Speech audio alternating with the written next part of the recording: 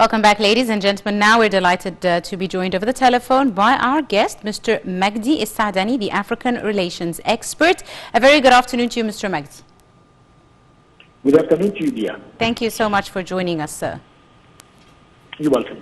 Right, so Egyptian-African relations have really witnessed a deepening and further development over the last few years under the leadership of President Abdel Fattah el-Sisi. And just recently, we've seen the visit of the President of Djibouti to Egypt and his meeting with President Abdel Fattah el-Sisi. First and foremost, could you tell us a bit more and shed more light on the importance and significance of this visit, sir? Yes. First, I have to emphasize one thing, that the new policy of our president is not about how big the size of the country. It's about how close, how important this country for us. Djibouti is a small country. It's not rich. Actually, it's poor country. Size-wise, it's small country. But the wealth of Djibouti is the location. I think you may know also that Djibouti is the alternative outlet for Ethiopia to the sea. Once there is a conflict between Eritrea and Ethiopia, the only way for the Ethiopians to breathe to the sea is through Eritrea, through Djibouti.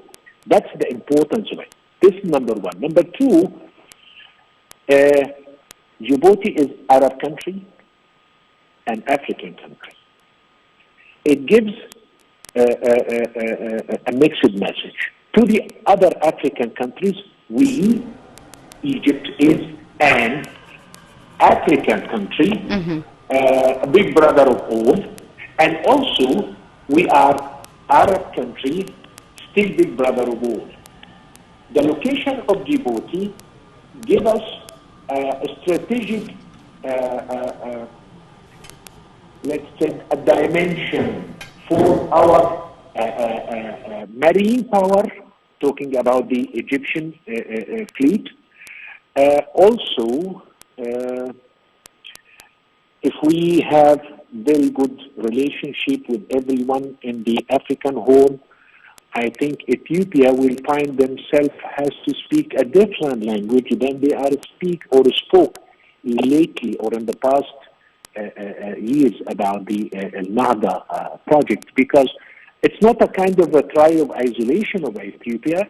No, it's just showing Ethiopia to be a member of a group of friends much better than standing against these friends, especially if these friends are led by the big brother Egypt. That's the point. Mr. Magdi, now, since you brought up, of course, the whole Ethiopian dam issue, the president said he discussed with his Djiboutian counterpart the latest developments and affirmed to the president Egypt's will to reach a deal with an appropriate time frame in a manner that will enhance regional security and stability based on international law, of course, and an agreement amongst all parties for the filling and the operation of the dam. Tell me a bit about the importance of these consultations with the different African countries, including Djibouti, related to the Ethiopian Renaissance Dam, especially that we've seen Egypt's willingness to continue negotiations, to continue conversation, discussion with the different parties. Yeah, okay, I can, but let me put this first. Egypt calling for negotiation and cooperation, yes, based not on a weakness. No, it's based on our capacity to do the opposite, if we like, our capacity to cooperate with the others, if we like. It's not because we can't, no. Actually, the call of President Sisi to Ethiopia to join, let's say, economic and development zone, which based on the Nile River, is based on the capacity of Egypt to do it. Yes. And let me emphasize, to do it a way or another. And I'm not talking about military. No, I'm talking about the soft power, which actually we saw the Chinese policy all over the world. The soft power, they are everywhere without any troops. Through our economical help to such country which is under the poverty line, international poverty line, and it is an Arab country, it is an African country. Yes. They don't have such huge mineral wealth or other agriculture or other, but they have a good relationship with us. We can train them, we can give them what the others didn't give. Yes. There are about 4 or 5 Navy bases there, only bases to protect the African Horn from the piracy thing. But who is taking care of the country? The only country I think is Arab country involved is United Arab Emirates. It's the time for the big brother, which have the capacity. We have the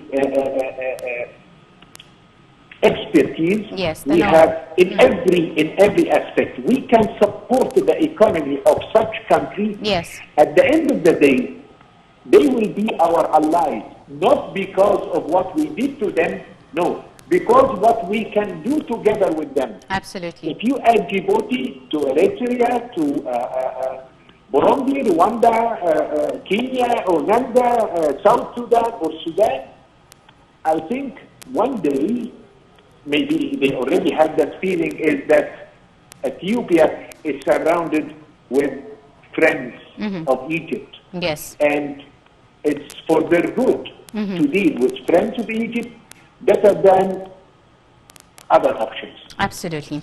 Right. Mr. Magdi, you also brought up a very important point, the issue of economic development of African nations and how we can work together and collaborate and benefit from each other and the Egyptian expertise. And the President himself spoke about the importance of working together and cooperating between Egypt and Djibouti, especially in the economic and commercial relations and investment. Could you tell us a bit more about the potential for this kind of collaboration?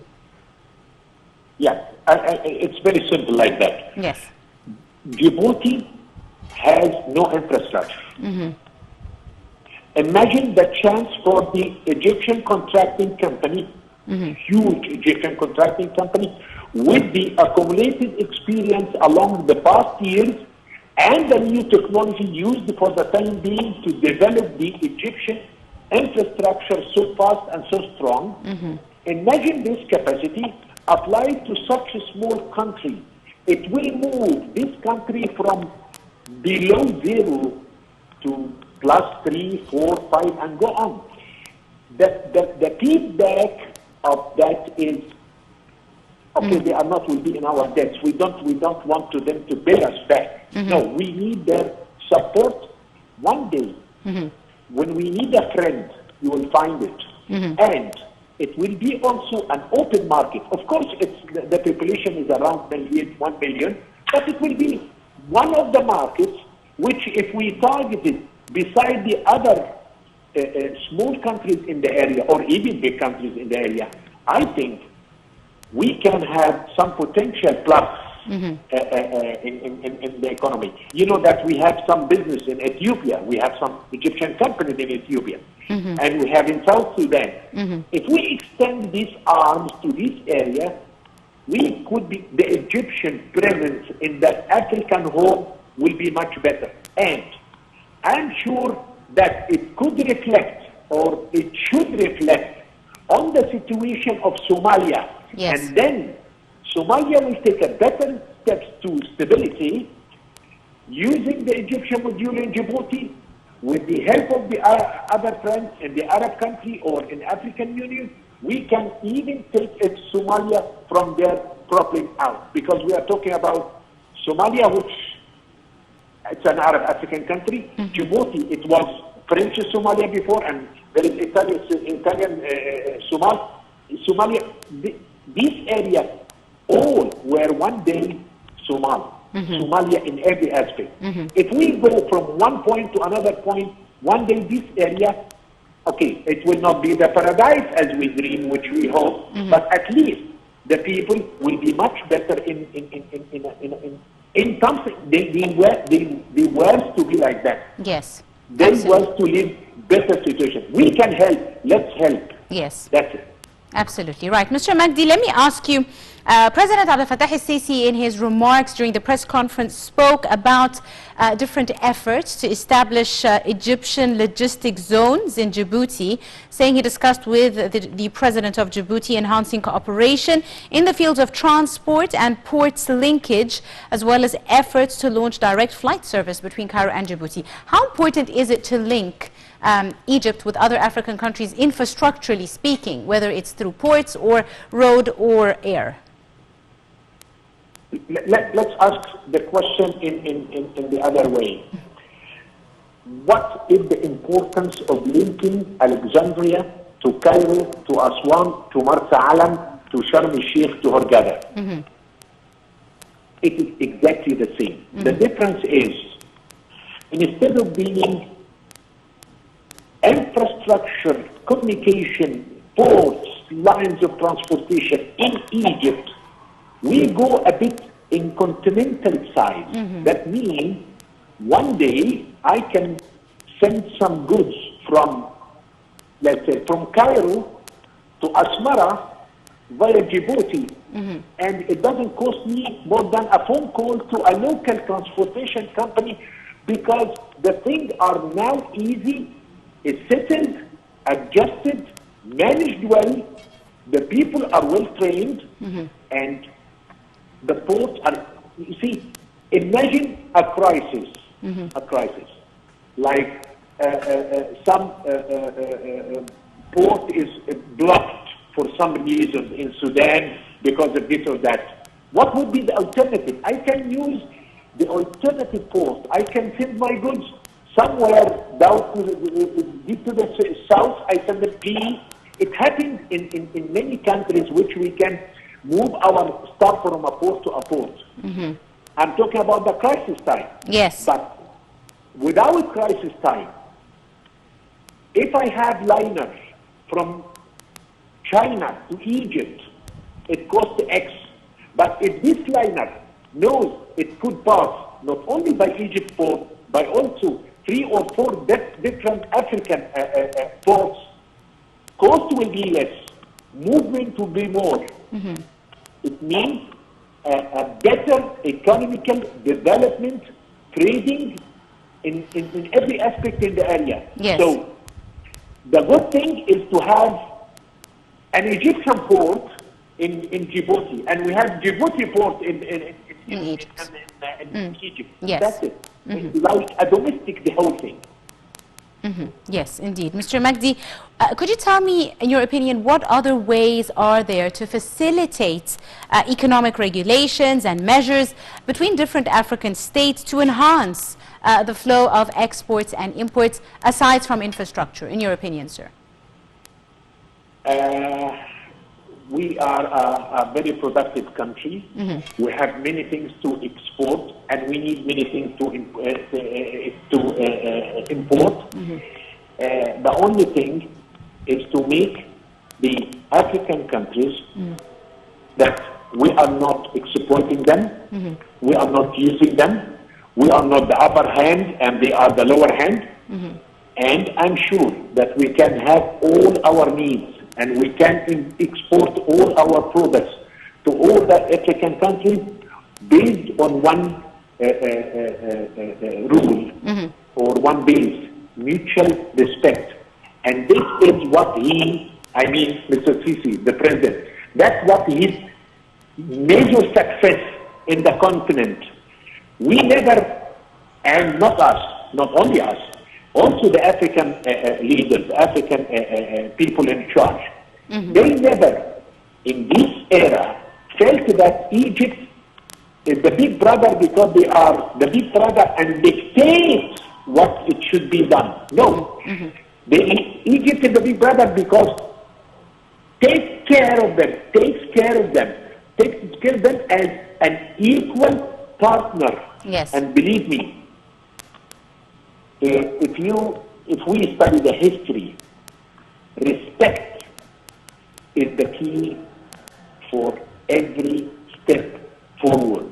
If we respect them, they respect us back.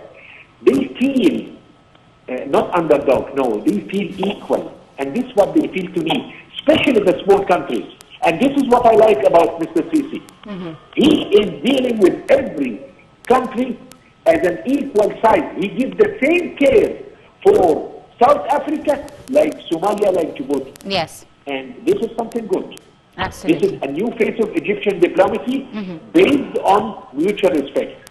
We will have it all. Absolutely right. I'd like to thank you very, very much, Mr. Magdi Saadani, our African affairs expert. Thank you so much, sir, for your time and your insight on today's edition of Cairo Local Time. Ladies and gentlemen, a short break and we'll be back. Stay tuned.